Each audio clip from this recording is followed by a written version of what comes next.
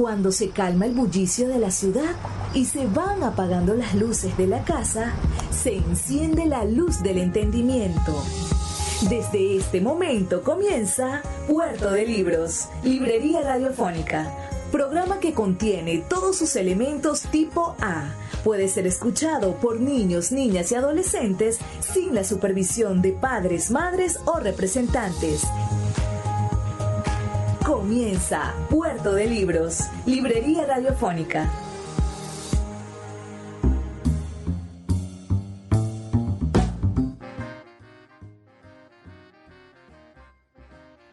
Bienvenidos a Puerto de Libros, Librería Radiofónica. Les habla Luis Peroso Cervantes, quien de lunes a viernes de 9 a 10 de la noche trae para ustedes este programa a través de la Red Nacional de Emisoras Radio Fe y Alegría. 21 emisoras en todo el país, llevando para ustedes poesía, literatura, cultura, ese mensaje que han dejado los humanos antes que nosotros, depositados en libros y que nosotros debemos de llevar a la siguiente generación como testigo después de leerlos, disfrutarlos y revivirlos en nuestra mente. Hoy estaremos transmitiendo nuestro programa número 128, en el cual leeremos en nuestra sección Páginas Zulianas un poema del gran poeta zuliano, residenciado en Caracas hace mucho tiempo, Néstor Leal.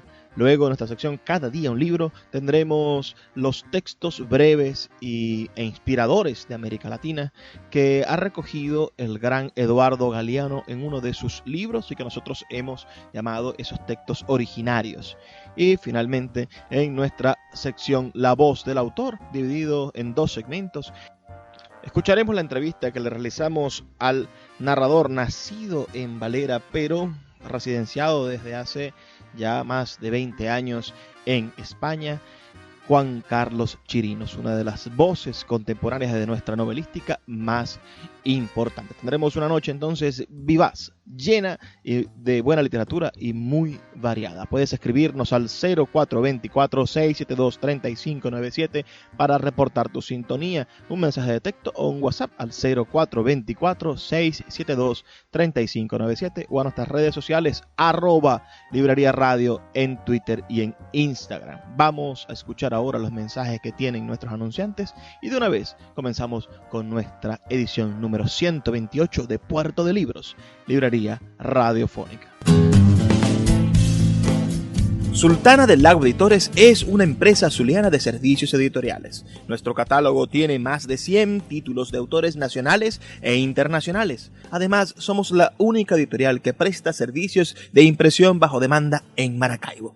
No necesitas invertir en grandes tirajes. Tus lectores pedirán tu libro, nosotros lo imprimiremos y tú obtendrás regalías. Por ello, también editamos internacionalmente en Amazon y Google Play Books. Conoce más en nuestra nueva página web www.sultanadelago.com o siguiéndonos en Instagram como @sultanadelago.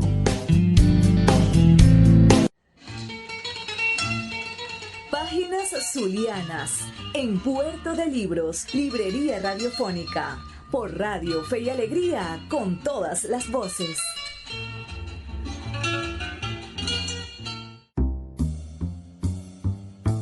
Hoy en nuestra sección Páginas Zulianas estaremos leyendo un poema de un escritor zuliano que desde hace mucho parece que renunció a la poesía y se dedicó a las otras artes de la literatura, pero que gracias a la revista El Salmón, dedicada al grupo Apocalipsis, pudimos rescatar, reevaluar y disfrutar.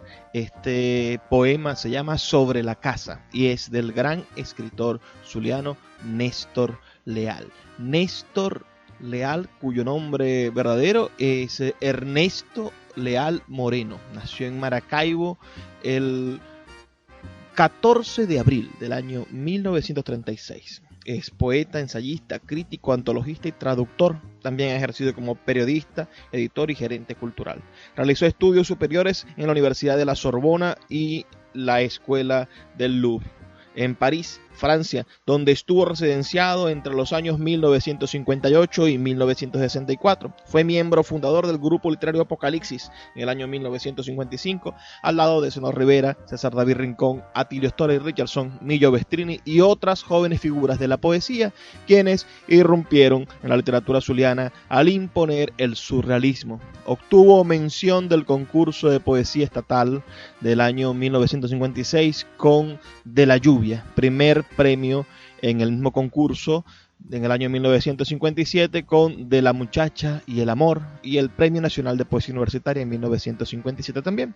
Fue traductor al español de las obras literarias francesas, inglesas e italianas de diferentes autores. Se desempeñó como director de la Casa de la Cultura y del Instituto Zuliano de la Cultura Andrés Eloy Blanco, director de las páginas de artes y letras del diario Panorama y redactor de la columna Los libros que usted va a leer de la revista dominical Séptimo Día del diario El Nacional. Realizó una gran labor en la revista Respuestas con sus crónicas, donde rescató por medio de la crítica literaria valiosas figuras del acontecer literario regional, además de hacer crítica de arte y otros aspectos culturales.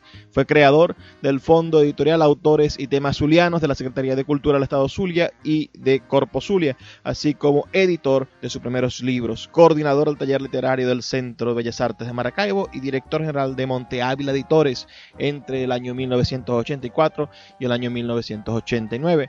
Se ha dedicado al estudio de la poesía venezolana y hispanoamericana, a recabar costumbres, tradiciones, anécdotas y personajes populares de Maracaibo, realizar ediciones de obras del pasado e investigar el fenómeno del bolero. Sus libros, ¿qué libros podemos nosotros recomendar de este maestro literario de nuestro país? Bueno, Boleros, la canción romántica del Caribe, que recoge la historia del bolero entre 1930 y 1960, publicado por Grijalbo en el año 1992, y la antología Cuerpos desnudos, lechos ardientes, poesía erótica venezolana, también editada por Grijalbo en 1996. Estos son libros de abundante tiraje que ustedes podrán conseguir y disfrutar en cualquier librería de usados. Si usted se acerca en su ciudad, en su espacio, a buscar un libro usado, lo más seguro es que va a conseguir esa antología Cuerpos desnudos, lechos ardientes. Es una portada azul y tiene una colección de fotografías antiguas de la antigua erótica fotográfica.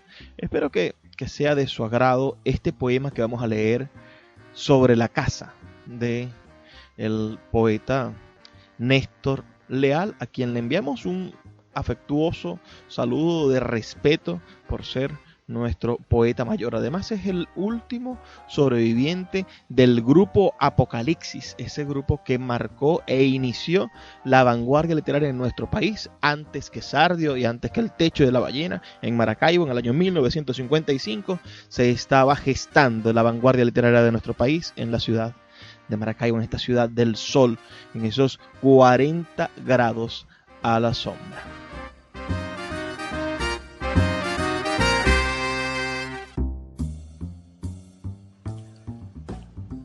Sobre la casa.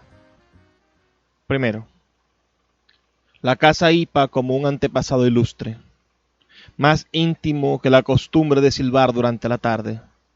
Los niños han derretido la fiebre de las trinitarias, ansiosos de retornar al sitio donde brillan las promesas.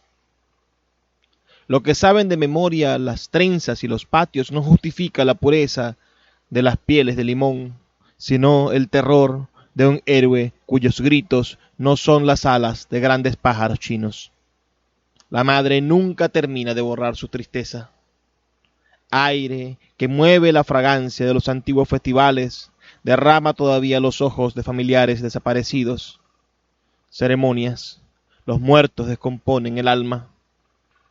Todos los resplandores de la casa pertenecen al mismo espejo de bolsillo que convocaron unos tambores tristes, pertenecen a la misma tela celeste de las hermanas cuando una oruga de fuego determina la suerte de las brujas.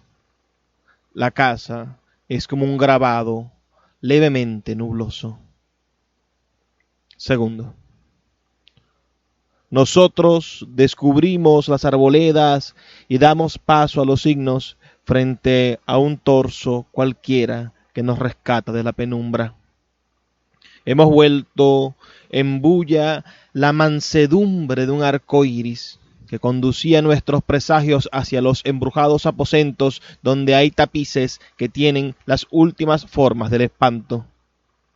He aquí que giramos alrededor de un vaso de plata y aprendemos a orientarnos lentamente como las imágenes que abandonan el oratorio después de recitar alguna desgracia.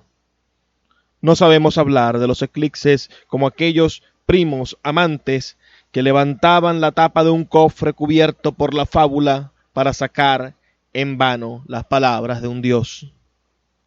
No estamos bajo el tejado para esquivar crepúsculos en nombre de los grillos que desafían el porvenir. Como un cirio que flota en la lejanía, la casa nos aproxima a la ternura del mundo.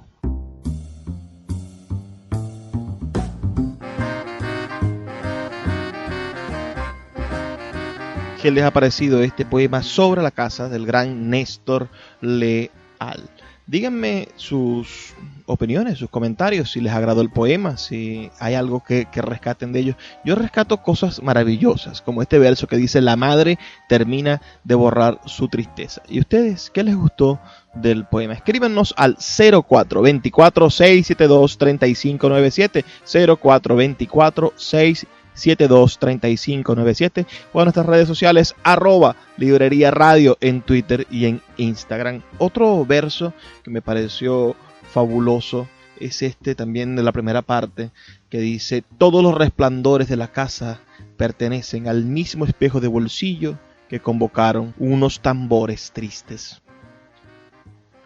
Pensemos que estamos leyendo un poema posiblemente escrito en la década de los 50 venezolano, en el inicio del disfrute de la búsqueda del surrealismo y cómo se crea un surrealismo tropicalizado, zulianizado, un tropicalismo muy particular de Maracaibo, del lago de Maracaibo, con la esencia de los tambores, con esa estructura de los resplandores de la casa, ¿no? Es decir, esa casa resplandeciente. Vamos a hacer una pausa, ¿no? Tenemos que continuar con nuestro programa. Vamos a escuchar durante los próximos 2 minutos las campañas que tienen para nosotros los amigos de Radio Fe y Alegría, esas campañas que preparan con tantísimo cariño y que hacen que nuestras emisoras, que Radio Fe y Alegría, no solamente sea un espacio de información y de encuentro donde tienen encuentro todas las voces, sino también sean lo que soñamos que sea, en un aula abierta, un espacio para que usted aprenda, se forme y a cada minuto consiga elementos que lo hagan ser mejor persona.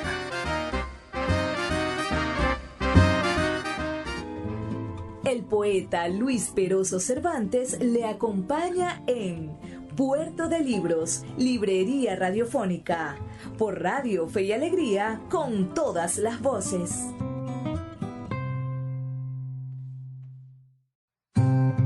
Cada día, un libro. Puerto de Libros, Librería Radiofónica, por Radio Fe y Alegría, con todas las voces.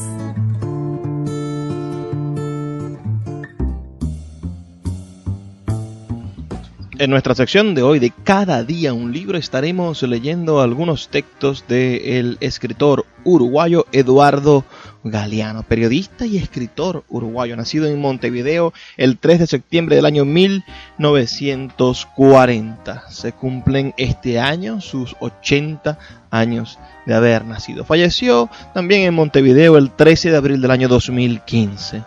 Es considerado uno de los escritores más influyentes de la izquierda latinoamericana. Estaremos leyendo una selección de sus microrelatos tomados del libro La Memoria del Fuego, volumen 1, Los Nacimientos. Esta selección la hemos llamado Los Orígenes y tienen unas hermosas reminiscencias a los mitos indígenas. Eduardo Galeano, como les digo, nació en Montevideo, Uruguay. en el seno de una familia católica y de clase alta. Bueno, y salió siendo uno de los hombres de la izquierda más influyentes. Tuvo una serie de publicaciones, quizás es uno de los escritores más prolijos de su país. Su libro más conocido es Las venas abiertas de América Latina. Y en Venezuela se convirtió en un libro célebre porque en una cumbre de las Américas, el extinto presidente Hugo Chávez se lo regaló al presidente de los Estados Unidos entonces, a Barack Obama. Barack Obama, que es un académico y un hombre excepcional, le preguntó a quien fuera nuestro presidente que si el libro lo había escrito él. Imagínense ustedes lo común que es que los presidentes escriban libros. Hasta ese entonces no se le había ocurrido al aparato público nacional publicar libros de Chávez. Por allí ya vemos algunos libros de Hugo Chávez, vemos los cuentos del arañero o vemos algunas otras cosas que le han endilgado al presidente como autor. Espero que la historia ponga todo en su justo lugar y que esos libros, bueno, salgan las cosas precisas que fueron escritas por Hugo Chávez y cuáles otras se les han ido colocando encima. Pero este libro, aparte de esa anécdota, este autor, este gran autor, Eduardo Galeano, es una especie de referencia en la construcción de un pensamiento nuestro americano, de un pensamiento de reivindicación social de la historia de América, de la lucha de clases, de la lucha contra los desposeídos, ¿no? Contra la injusticia, más bien, a favor de los desposeídos y en contra de la injusticia social. Espero que estos textos que vamos a estar leyendo sean de su completo agrado. Recuerden que pueden escribirnos al 0424-672-3597, bien sea un mensaje de texto o por WhatsApp, para que nos den su opinión. Eduardo Galeano, los orígenes. El tiempo. El tiempo de los mayas nació y tuvo nombre cuando no existía el cielo ni había despertado todavía la tierra. Los días partieron de oriente y se echaron a caminar. El primer día sacó de sus entrañas al cielo y a la tierra. El segundo día hizo la escalera por donde baja la lluvia. Obras del tercero fueron los ciclos del mar, de la tierra y la muchedumbre de las cosas. Por voluntad del cuarto día la tierra y el cielo se inclinaron y pudieron encontrarse. El quinto día decidió que todos trabajaran. El sexto día salió la primera luz. En los lugares donde no había nada, el séptimo día puso tierra. El octavo clavó en la tierra sus manos y sus pies. El noveno creó los mundos inferiores. El décimo día destinó los mundos inferiores a quienes tienen veneno en el alma.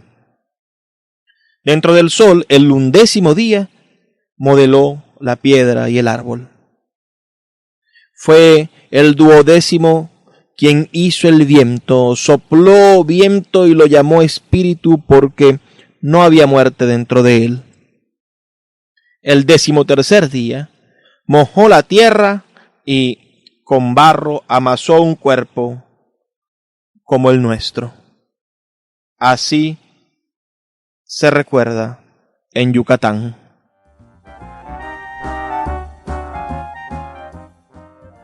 Las nubes. Nube dejó caer una gota de lluvia sobre el cuerpo de una mujer. A los 9 meses, ella tuvo mellizos. Cuando crecieron, quisieron saber quién era su padre. Mañana por la mañana, dijo ella, miren hacia el oriente, allá lo verán, erguido en el cielo como una torre. A través de la tierra y del cielo los mellizos caminaron en busca de su padre. Nube desconfió y exigió, demuestren que son mis hijos. Uno de los mellizos envió a la tierra un relámpago, el otro un trueno. Como Nube todavía dudaba, atravesaron una inundación y salieron intactos. Entonces Nube les hizo un lugar a su lado, entre sus muchos hermanos y sobrinos. La selva. En medio de un sueño, el padre de los indios huitotos vislumbró una neblina fulgurante. En aquellos vapores palpitaban musgos y líquenes y resonaban silbidos de vientos, pájaros y serpientes. El padre pudo atrapar la neblina y la retuvo con el hilo de su aliento. La sacó del sueño y la mezcló con la tierra. Escupió varias veces sobre la tierra neblinosa. En el torbellino de la espuma se alzó la selva. Desplegaron los árboles sus copas enormes y brotaron las frutas y sus flores. Cobraron cuerpo y voz en la tierra empapada, el grillo, el mono, el tapir, el jabalí, el tatú, el ciervo, el jaguar y el oso hormiguero. Surgieron en el aire el águila real, el guacamayo, el buitre, el colibrí, la garza blanca, el pato, el murciélago. La avispa llegó con mucho ímpetu. Dejó sin rabo a los sapos y a los hombres y después se cansó. El maíz.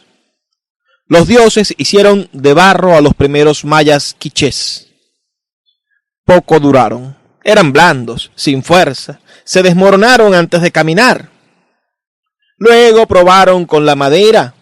Los muñecos de palo hablaron y anduvieron, pero eran secos.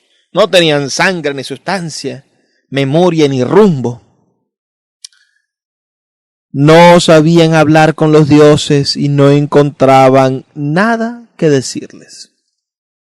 Entonces los dioses se hicieron de maíz a las madres y a los padres. Con maíz amarillo y maíz blanco amasaron su carne. Las mujeres y los hombres de maíz veían tanto como los dioses. Su mirada se extendía sobre el mundo entero. Los dioses echaron un vaho y les dejaron los ojos nublados para siempre, porque no querían que las personas vieran más allá del horizonte. La conciencia. Cuando bajaban las aguas del Orinoco, las piraguas traían a los caribes con sus hachas de guerra. Nadie podía con los hijos del jaguar. Arrasaban las aldeas y hacían flautas con los huesos de sus víctimas. A nadie temían. Solamente les daba pánico un fantasma que había brotado de sus propios corazones. Él los esperaba, escondido tras los troncos. Él les rompía los puentes y les colocaba al paso las lianas enredaderas que los hacían tropezar. Viajaba de noche para despertarlos. Pisaba al revés, estaba en el cerro que desprendía la roca, en el fango que se hundía bajo los pies, en la hoja de la planta venenosa y en el roce de la araña. Él los derribaba soplando, les metía la fiebre por la oreja y les robaba la sombra. No era el dolor, pero dolía. No era la muerte, pero mataba. Se llamaba Canaima.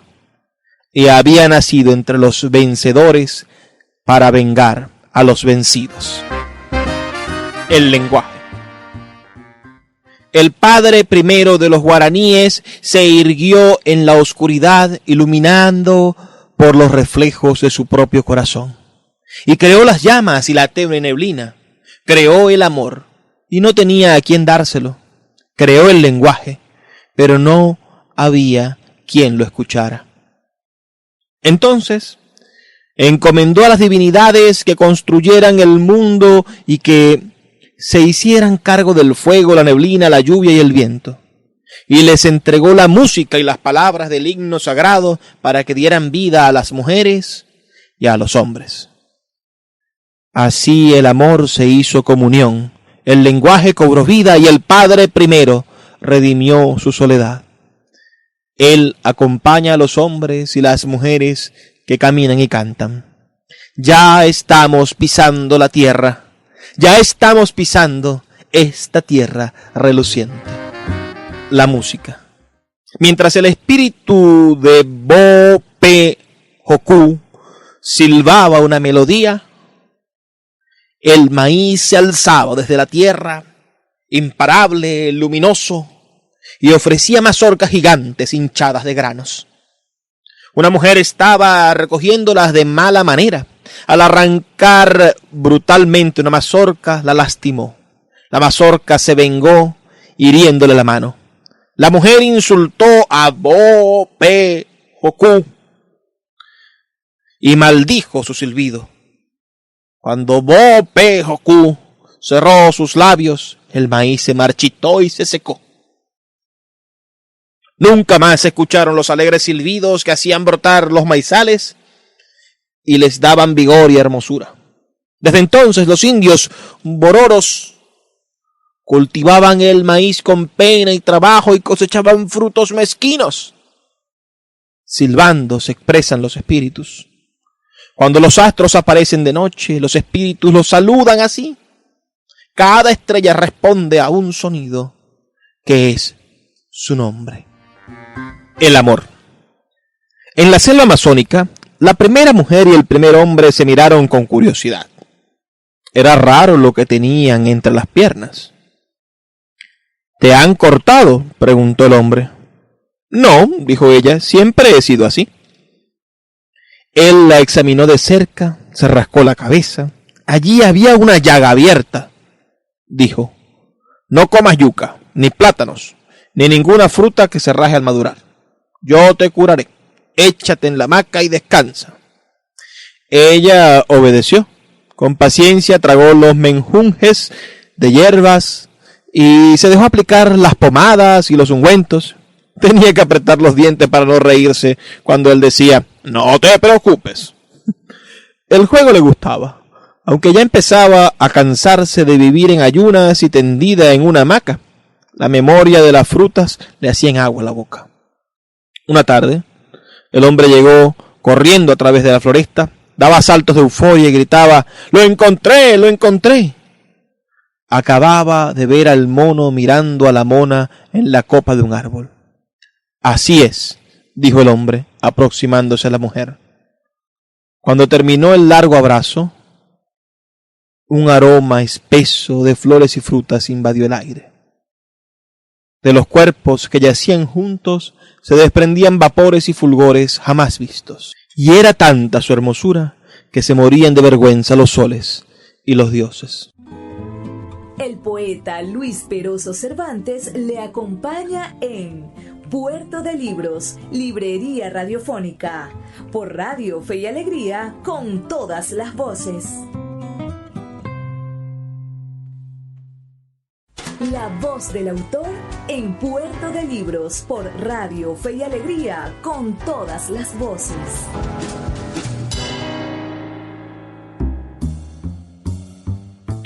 Seguimos en Puerto de Libros, librería radiofónica a través de la Red Nacional de Emisoras Radio Fe y Alegría. 21 emisoras están compartiendo con nosotros esta noche literaria. Y ahora estamos en línea con el escritor Juan Carlos Chirinos, nacido en Valencia en el año 1967 y que reside en España desde 1997. Es sin duda uno de nuestros narradores más prolijos, ya que su bibliografía asciende a los 12 títulos publicados. Buenas noches, Juan Carlos. Quisiéramos ante todo pedirte un saludo para nuestra audiencia en Puerto de Libros, librería radiofónica, y luego preguntarte por tu día a día en medio de la cuarentena por COVID-19. Hola amigos, saludos amigos de Puerto de Libros, librería radiofónica. Soy Juan Carlos Chirinos y muchas gracias por la invitación.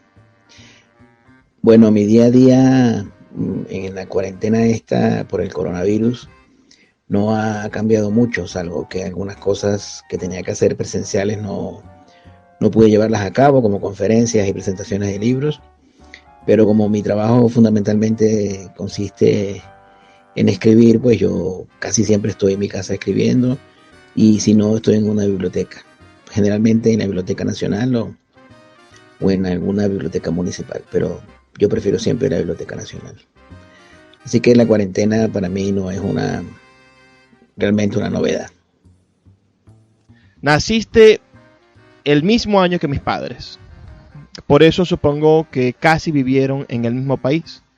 muy a pesar de que naciste y te criaste en Valera y ellos en Maracaibo. Tu juventud cabalgó entre los 80 y los 90, quizá el inicio de la crisis nacional. Viviste el Viernes Negro siendo adolescente y estuviste en Caracas estudiando letras en la crisis política e institucional de los 90. Háblame de ese país. ¿Crees que hay un germen en la crisis actual en esa época? ¿Dónde comenzaron los derroteros de la venezolanidad? Y quizá eres uno de los primeros escritores de la diáspora, ya que saliste a cursar estudios en 1997 y no volviste. ¿Qué circunstancias te mantuvieron en España? Bueno, yo viví en Valera hasta los 17 años. Cuando me gradué de bachiller me fui a vivir a Caracas, donde comencé estudiando artes en la Universidad Central y luego de un proceso de reflexión me pasé a la Escuela de Letras de la Universidad Católica. Eso fue durante casi toda la década de los 80 y principios de los 90. Era un país muy distinto, un país que fue evolucionando. Pero yo no creo que las raíces de la crisis venezolana y de la situación en la que estamos hayan empezado en esa época. Lo de Venezuela comenzó hace muchísimo tiempo. Podemos retrotraernos hasta principios del siglo XX, incluso hasta mediados del siglo XIX, cuando comenzó el proceso republicano. Hay muchos factores. En un ensayo que publiqué hace 3 años, titulado Venezuela, biografía de un suicidio, yo trato de acercarme a este asunto. Y, entre otras cosas, me da la impresión de que una de las características que ha destacado en Venezuela y en la idiosincrasia venezolana es esa condición adolescente de la que no terminamos nunca de salir, de la que ya habla, por supuesto, José Balsa en un libro extraordinario que se llama Pensar a Venezuela. Eso sí, hemos tenido muchos pensadores que han pensado a Venezuela. José Balsa, Carlos Rangel, Rafael Cadenas, Mariano Piconsalas, Rómulo Gallegos, Teresa de la Parra. Muchísima gente ha pensado Venezuela, ha trabajado para que en Venezuela se pensara, pero por alguna razón que yo ahorita mismo no tengo ni el espacio ni la capacidad para dilucidar esa razón, no hemos terminado de alcanzar esa madurez como país. Yo creo que nosotros no podemos seguir culpando al pasado de lo que nos pasa y de lo que nos va a pasar. O comenzamos ahora mismo, en este instante, a resolver nuestros propios problemas, o esto va a continuar siendo así. Es muy complejo todo lo que estoy diciendo. No estoy dando las soluciones ni la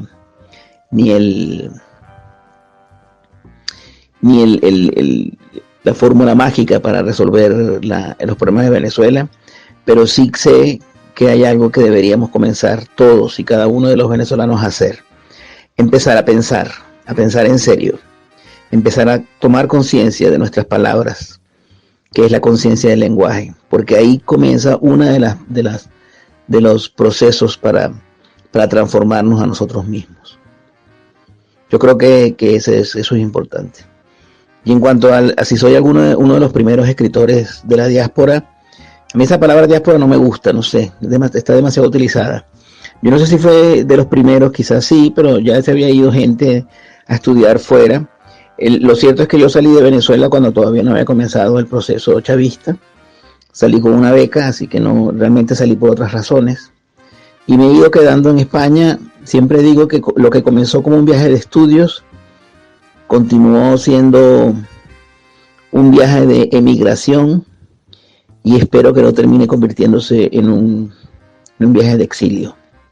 Yo por suerte he podido regresar a Venezuela muchas veces y he estado en contacto con mi familia y con mis amigos, pero porque no realmente supongo que los jerarcas del gobierno no me consideran a mí una persona peligrosa para sus intereses, con lo cual he podido entrar y salir relativamente sin ningún problema. Pero espero volver, claro. Quizá te depara un viaje largo como el que describe Cavafy en su poema Ítaca y vuelvas rico y lleno de sabiduría. Me gusta esa idea de que la transformación comienza por el lenguaje. Aunque ciertamente preferimos en estos momentos que hubiesen más acciones efectivas y menos discursos. Hay un escritor venezolano, José Rafael Pocaterra, que en un tiempo oprobioso como el que vivimos escribió ese manual contra el autoritarismo que es Memorias de un venezolano en la decadencia. ¿Habrá en la actualidad un escritor venezolano que sea su equivalente? Sin duda la realidad se refleja en el arte, pero ¿podrá esta realidad por fin dar el impulso para que nuestros autores sean leídos universalmente? ¿O los resultados editoriales que estamos viviendo son solo parte de un boom informativo sobre el país y pasará con la novedad? No estoy seguro de que haya un escritor como Pocaterra hoy en día. Puede ser que las memorias de un venezolano en la decadencia se haya multiplicado y haya producido muchísimos libros así, porque ciertamente si revisas lo que hay publicado desde el año 2000 por lo menos hasta hoy en libros sobre Venezuela, sobre la realidad venezolana, es enorme, pero no es un fenómeno del siglo XXI o producto de este régimen chavista. Esto ha sido siempre así, o sea, hay libros sobre Venezuela prácticamente desde el momento en que Venezuela se fundó como país. Hay que pensar en los ensayos de Baralt, hay que pensar en los libros de Rómulo Gallegos, hay que pensar por supuesto, en los años 70, en ese libro que ya es clásico de Carlos Rangel, del buen salvaje al buen revolucionario. Hay que pensar en libros que se publicaron en los 80, como aquel de Juan Liscano, Las reflexiones para jóvenes capaces de leer, en torno al lenguaje de Cadenas, En sabor y saber de la lengua de María Fernanda Palacios. Hay libros de todo tipo. Hay un ensayo extraordinario de José Manuel Briceño Guerrero que se llama Europa y América en el pensar mantuano. Hay muchísimos libros. Yo insisto en eso que te dije anteriormente. El lenguaje es la piedra fundamental, la piedra más importante que empezar a construir para construir un país. Yo estoy consciente de que hay situaciones muchísimo más urgentes que transformar el lenguaje. Por supuesto, porque comer y estar saludable es mucho más importante, mucho más urgente. Porque lo importante es la reforma del lenguaje. Lo urgente, por supuesto, es comer, es tener una vida saludable, es tener un trabajo, es tener donde vivir.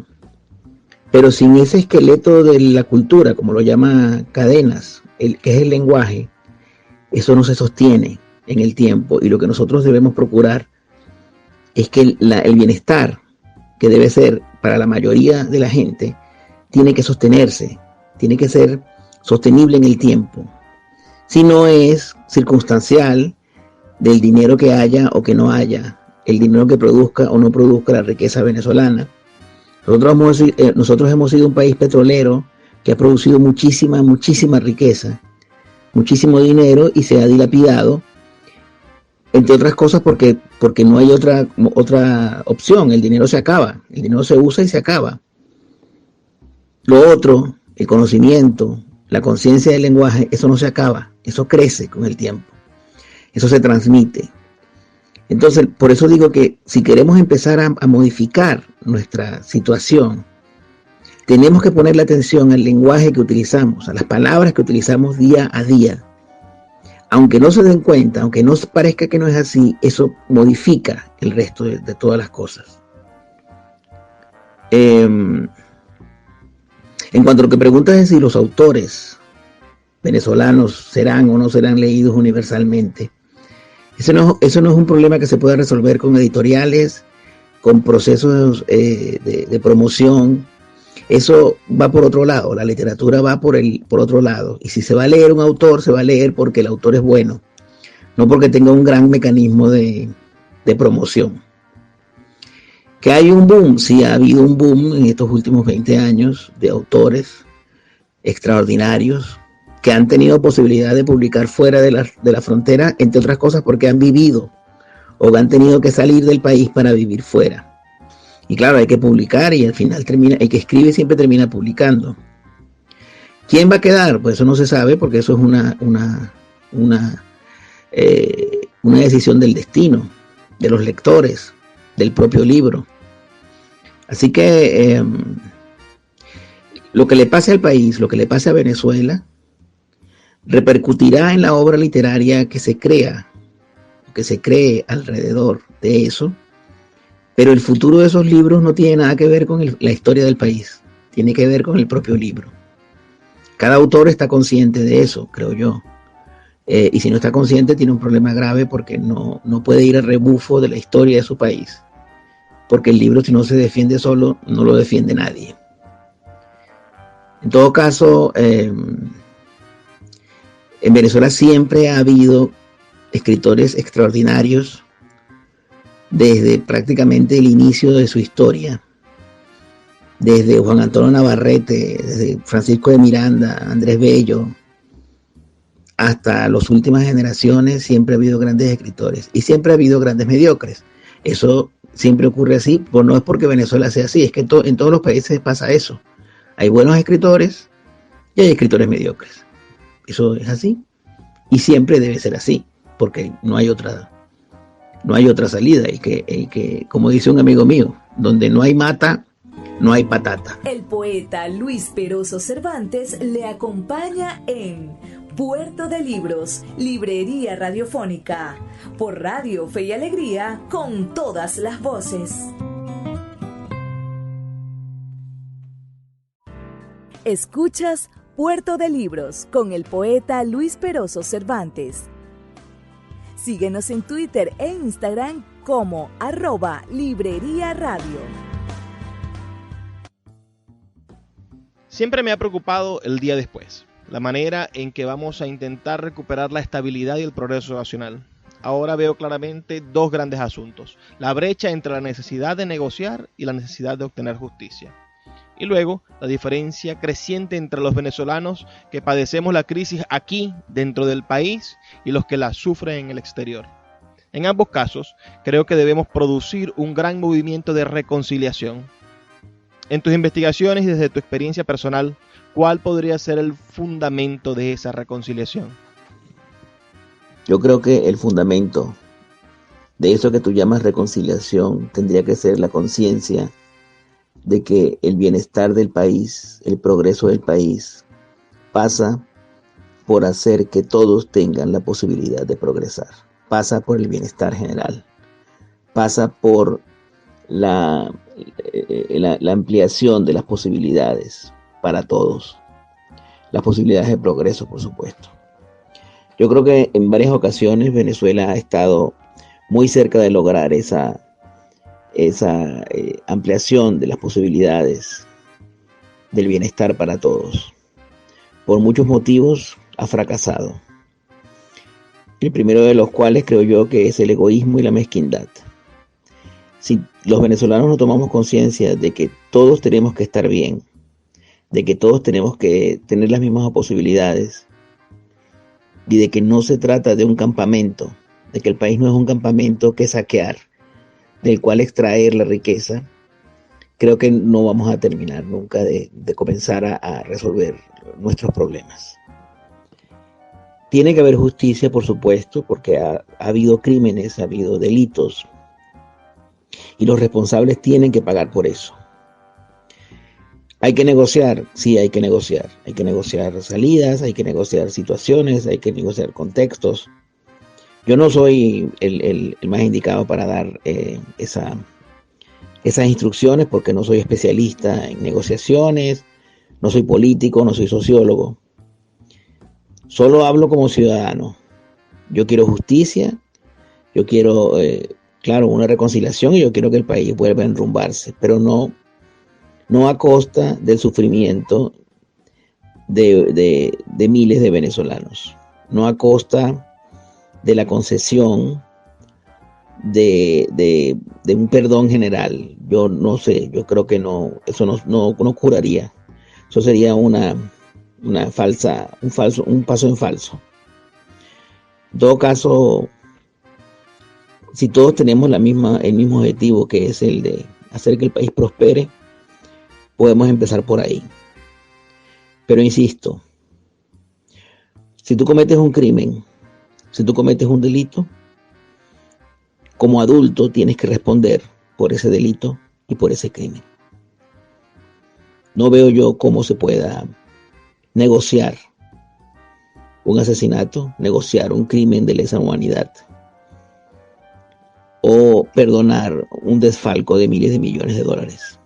La verdad es que los políticos, los sociólogos y los negociadores van a tener un proceso difícil. Claro que nadie va a quedar contento, o que una parte de la gente no va a quedar contenta cuando se resuelva esto. Pero deberían pensar en esos detalles, en esos aspectos. Que como decía aquel programa de radio, el crimen no paga. Y el crimen nunca debería pagar. Para terminar esta breve entrevista, me gustaría que nos ayudaras a pensar hábitos saludables para terminar la cuarentena y superar momentos de crisis como este. Y si pudieras hacernos una breve lista de recomendaciones de lectura contemporánea. Me rehúso a dar consejos de hábitos saludables, porque eso me parece una soberana memez. Y que quiera vivir muchos años, que vea a ver cómo hace. Pero sí puedo recomendarles algunos libros que me parece que pueden alargar sus vidas. Hay una novela de una escritora surcoreana que se llama Han Kang. La novela se llama La Vegetariana. Es una econovela divertidísima. Juan Carlos Méndez Guedes acaba de publicar La Diosa de Agua, que es un libro de relatos que giran en torno a la figura de María Leonza. Ernesto Pérez Zúñiga tiene una novela preciosa que se llama Escarcha, que estoy leyendo ahora porque es una novela que hay que leer con mucha consustanciación. La publicó hace 2 años, pero no había tenido tiempo ese espacio temporal que necesito para leer ese tipo de novelas. Nicolás Melini ha publicado un libro breve y precioso que se llama El estupor de los Atlantes, que es un texto híbrido que está entre la ficción, el ensayo, la reflexión. Esta tarde un amigo y yo estábamos conversando y recordé que si hay un libro divertido para leer y releer es El Conde de Montecristo. Yo recomiendo también los relatos de los cuentos de Ana María Matute, que es una escritora de la que yo soy especialmente devoto. Y bueno, finalizo con 2 recomendaciones. Vuelvan a leer Percusión de José Balsa, que es una novela en la que se anuncia el fin del mundo, entre otras cosas. Y lean, si no han leído, o relean si la han leído, La Marcha Radetzky de Joseph Roth, una de las novelas más hermosas, mejor escritas en el siglo XX. Muchísimas gracias por la invitación y espero que todos salgamos con bien de esto. Hasta luego. Gracias, amigo Juan Carlos Chirinos, por habernos dado esta maravillosa entrevista. Y a ustedes, amigos que nos escuchan, por favor, háganos saber sus opiniones a través de nuestra mensajería de texto o a través del WhatsApp. Por favor, escríbenos al 0424-672-3597, 0424-672-3597, o a nuestras redes sociales, @Librería Radio en Twitter y en Instagram. También puedes disfrutar de esta entrevista ya en nuestra página web radio.puertodelibros.com.be o en nuestro canal de YouTube. Vamos a hacer una breve pausa de 2 minutos y ya volvemos con más de Puerto de Libros, Librería Radiofónica. Puerto de Libros, Librería Radiofónica, tu canal diario para encontrar nuevos libros. Con el poeta Luis Peroso Cervantes. Síguenos en @Librería Radio.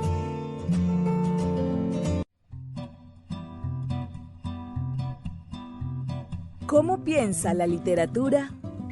Piensa mejor. Lee un libro. Puerto de Libros, librería radiofónica por Radio Fe y Alegría, con todas las voces.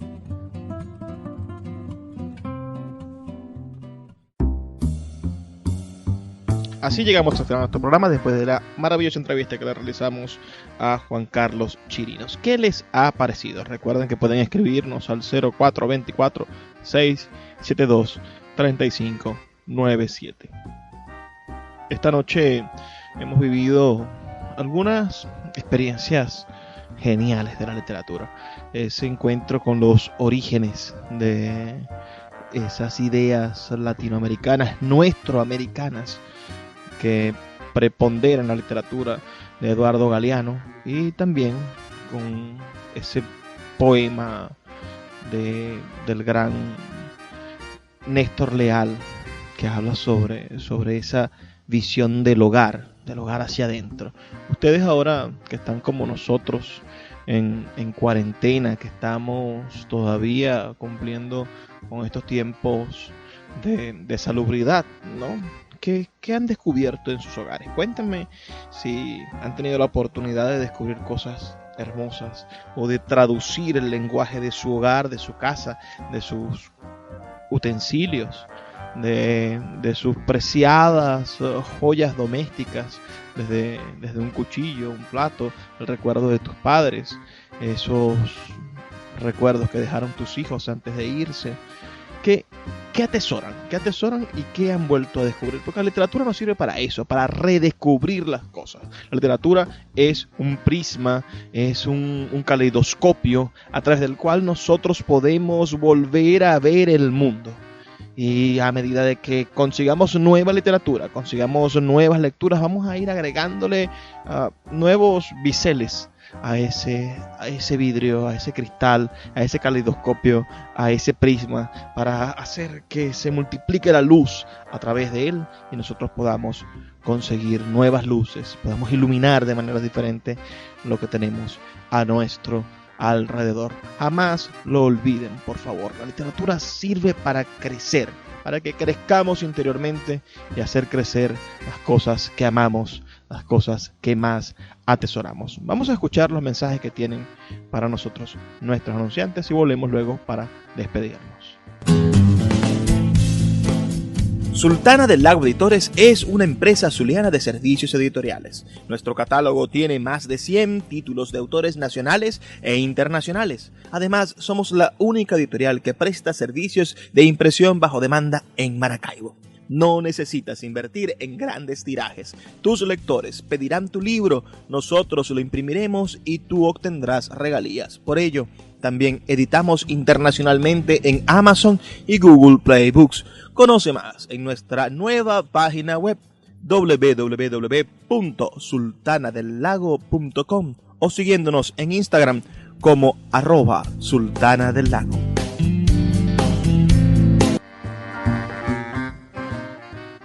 Esto ha sido todo por la noche de hoy. Recuerda que puedes seguirnos en nuestras redes sociales @librería radio en Twitter y en Instagram, que tenemos bastantes secciones subidas en YouTube. Puedes buscar Librería Radio en el buscador de YouTube y vas a conseguir nuestra lista de reproducción. También puedes visitarnos en nuestra página web radio.puertodelibros.com.be, además de escucharnos todos los días de lunes a viernes de 9 a 10 de la noche a través de tu emisora Radio Fe y Alegría, con todas las voces.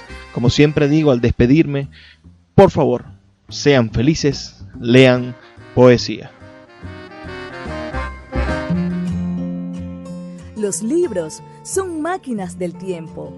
A través de sus páginas podemos viajar a todas las épocas de la humanidad, navegar en las mentes de grandes artistas y transportar nuestra experiencia hacia la posteridad. De lunes a viernes puedes abordar una embarcación de papel en Puerto de Libros, librería radiofónica, producido y conducido por el poeta Luis Peroso Cervantes. Un programa dedicado al maravilloso mundo de la lectura, la cultura y la intelectualidad, por Radio Fe y Alegría, con todas las voces.